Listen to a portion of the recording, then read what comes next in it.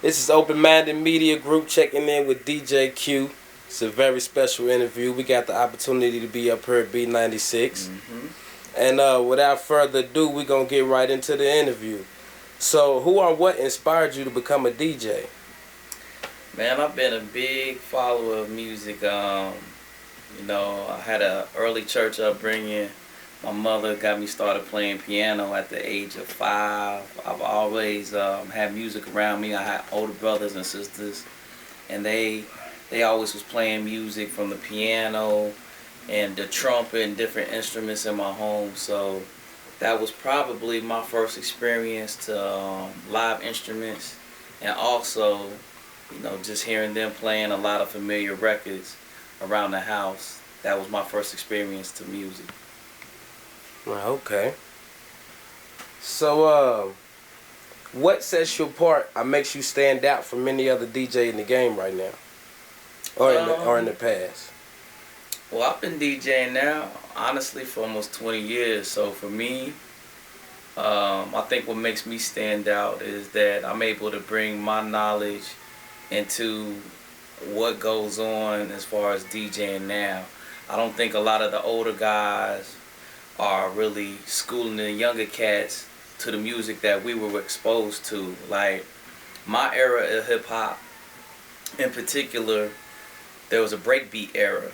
The breakbeat era pretty much is where it all came from the drums to the samples to, the instrumentation and different rhythms. So now that hip-hop is in the place that it's in now, it's a little bit more live instrumentation. And I think, what sets me apart is that I'm trying to school some of the younger guys and just go a different route, like really be yourself, Don't just play the same records that other DJs are playing because the Serato format is out, which is the digital, media format of DJing. Go deep and listen to a lot of older cats and create your own style. And that's what I feel like I'm bringing to the game. Well, okay. So what other DJs in the game do you idolize or look up to? Definitely guys that just don't conform. I mean, Kid Capri's always had his own style. Jazzy Jeff. Guys that really take the time and practice. Guys like DJ Qbert, DJ Craze. There's so many, but these are guys that I'm mentioning that are really passionate about what they do and they don't conform. They've created a lane that they've inspired a lot of DJs like myself, every day still. So right. I think that's very big because when you get tired of seeing the same thing being done, you can actually even, I think everybody's taking a little bit of this and that from something or somewhere, but when you create something and make it your own, that's when you get innovative and then you pass it on. Right. Okay. So, what was the first event or venue that you ever DJ'd at? That's funny. There's a building called the Tilson Music Hall. It's on Indiana State University's campus. And there used to be a lot of college parties. Now, I don't even know how I got into parties. Like, me and my friends used to sneak into campus parties when I was like 14, 15 years old, not even old enough to be on the campus for real. But yeah. I got in the party and I knew the DJ. There was a guy by the name of John Martin and a guy by the name of DJ Murder One. And one of them had to take a restroom break and asked me to take over. And I'm like, are you sure? First of all, I'm scared because I don't want the crowd to boo me, but I took it over and held it down. They gave me the confidence. Once he returned, I was able to hold it down for it seemed like he was gone a long time too, maybe like 10 minutes or so. But yeah, at the end of the day, I held it down and I knew I could do this. I knew I could do it. Okay. So exactly how long have you been in the profession of being a DJ? Wow. honestly, since 1988. So we're talking about 25 years. Yeah, it's older than I am. So, in my early stages, we're talking about buying vinyl. Cassettes were still out. So, my early stages was really just collecting music and, building my collection to where I could play to a large crowd. But, I would hop on another DJ set and they let me rock. Shouts out to my guys, Harold Rudy. Shouts out to my guy, DJ Bo Toes. You know what I'm saying? And, I used to go check them out when I was a youngster. And Murder One especially played a part of my, my career. He's a very instrumental guy, man. Yeah. That's what's up. I used to go by that same name. Switched up to M1. But how many major events have you had the opportunity to DJ in? Oh man, I can't even count. I've had the opportunity, man, just from golly, opening up for, Def Comedy Jam tours, to opening up for Young Jeezy, to just recently doing a show with one of my favorite artists, Jody Watley, just opening up for her. So that was big. Doing events with Master P. That's somebody that influenced me. Yeah, shouts out to P. So, the spectrum is so big, too, from East Coast to down South to out West. Matter of fact, just did a show with Ice Cube.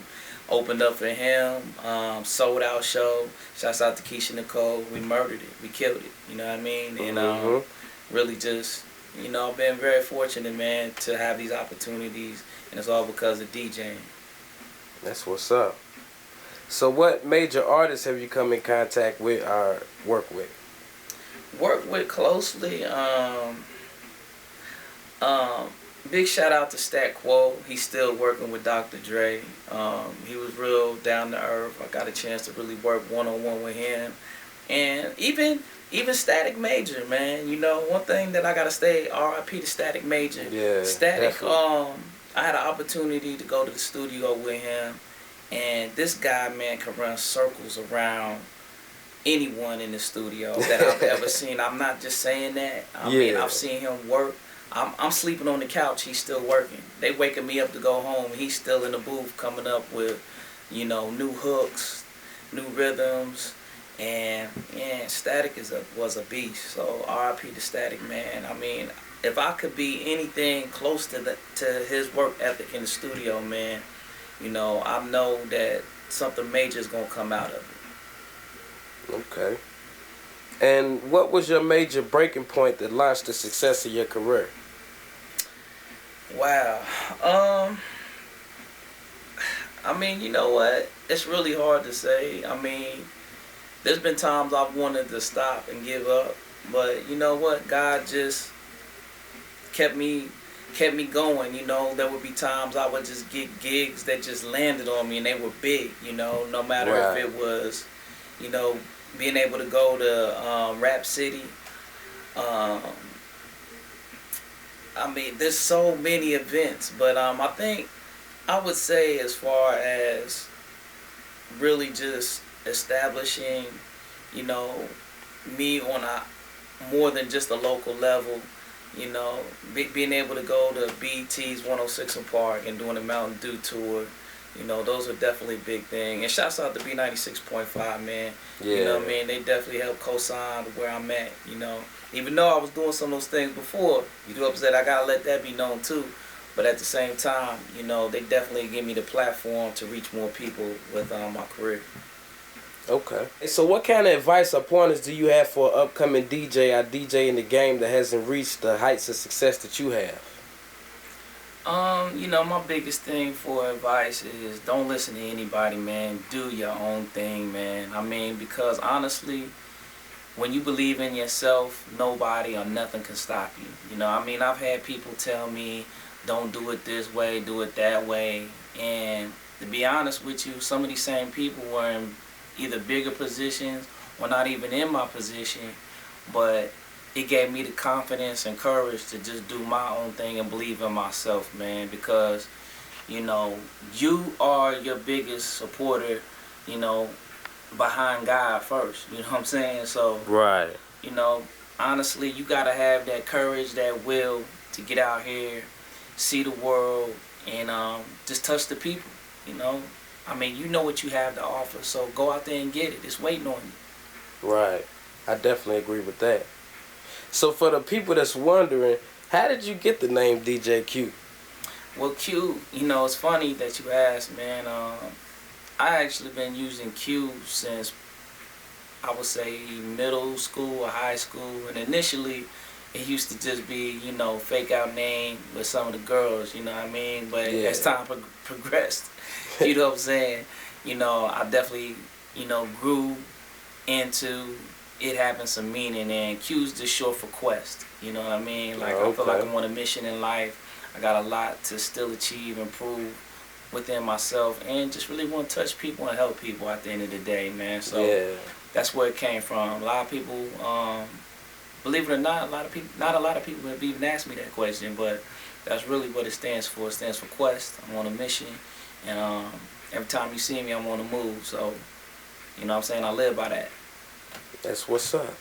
So in your opinion, what determining factors can make or break the length of a DJ's career? You can get comfortable and really not staying on your A game, and meaning whether it's the music that's out or even equipment. You know, I mean, I'm gonna be honest. Like, I'm here in Louisville, Kentucky, and I was one of the first DJs with Serato, and what it enabled me to now, I gotta also add that I'm a vinyl DJ, so people know I used to come to the club with 10, 20 crates. It wasn't no big deal for me, you know what I mean? That's how I rocked out. And I always kept exclusive records to, you know, outdo my competition. So when Serato came out, that gave me the opportunity to bring my whole collection to the club. So now I'm just murdering the game, you know what I mean? So, and the DJs knew it, so they immediately, you know, had to run out and figure out how they was gonna counteract me and other DJs that was picking up on Serato, because I mean, when you're only limited to maybe 300, 500 CDs or records or whatever you have, and I've got 30, 50,000 songs at my disposal, you know what I'm saying? I've seen that take some DJs out the game.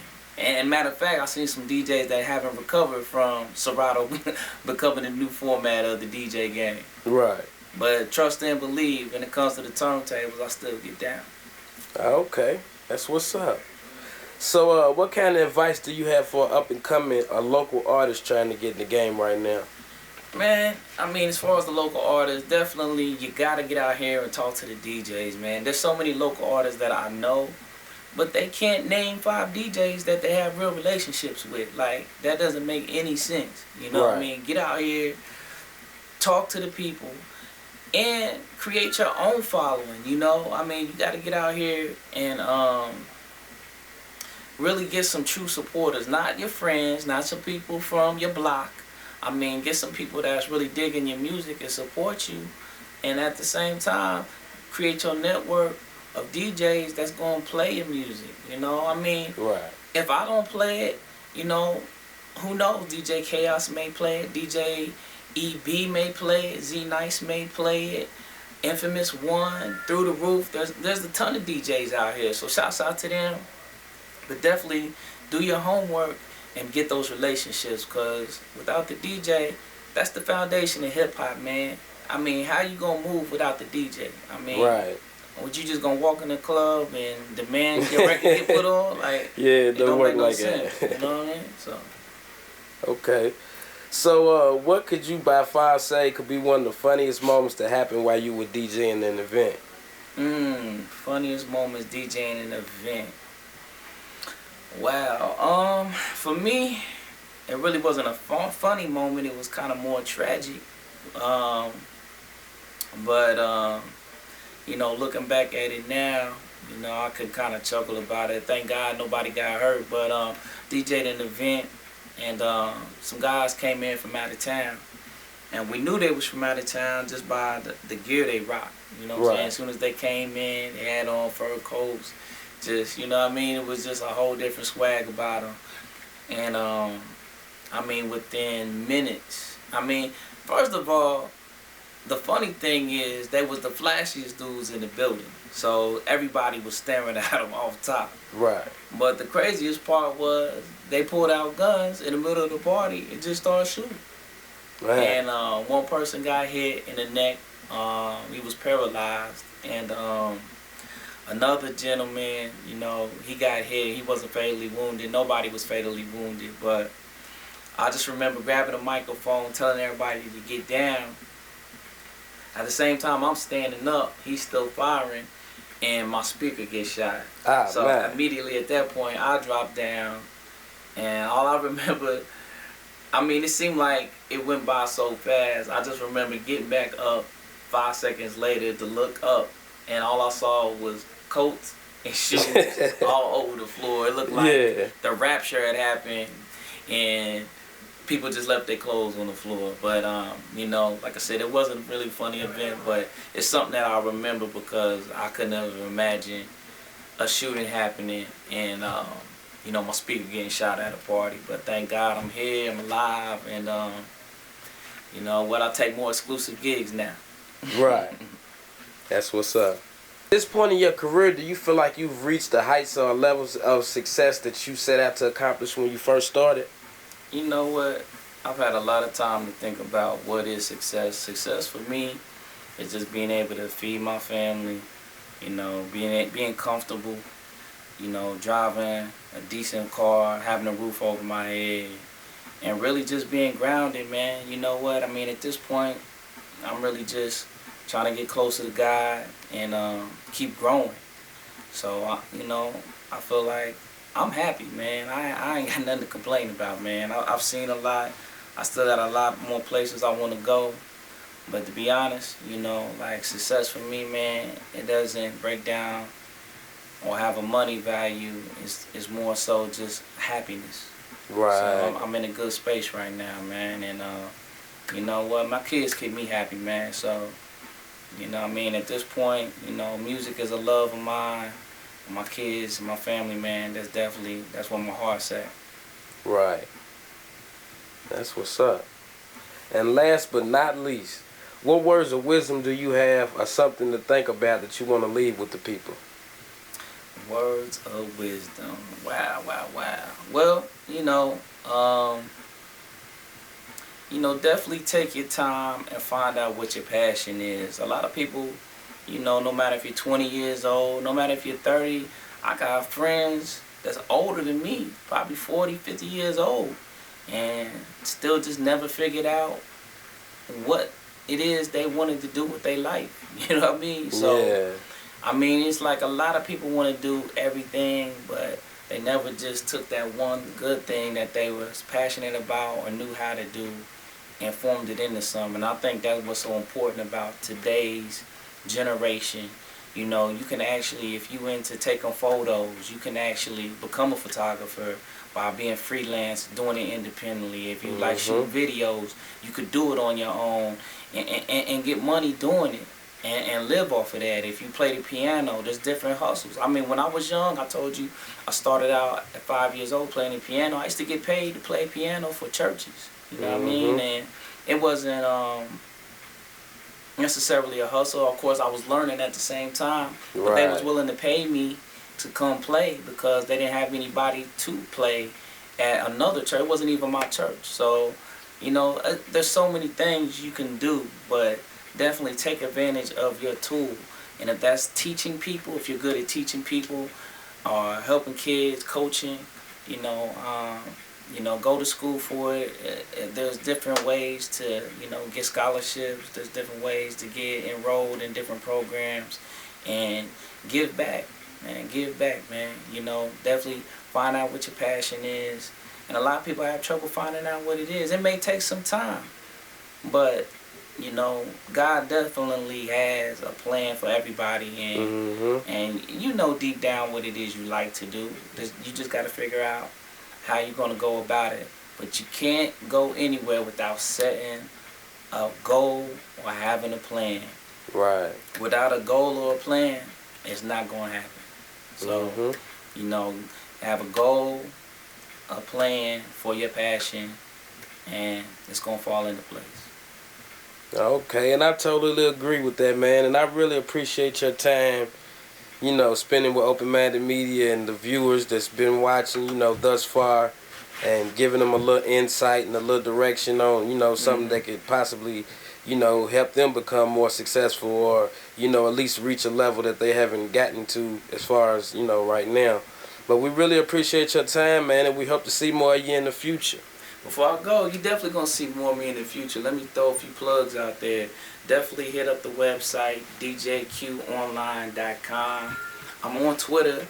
You can catch me on Twitter at DJQ1212. Simple as a mic check. I'm on Facebook, D.J.Q Online. I got a festival coming up in the fall.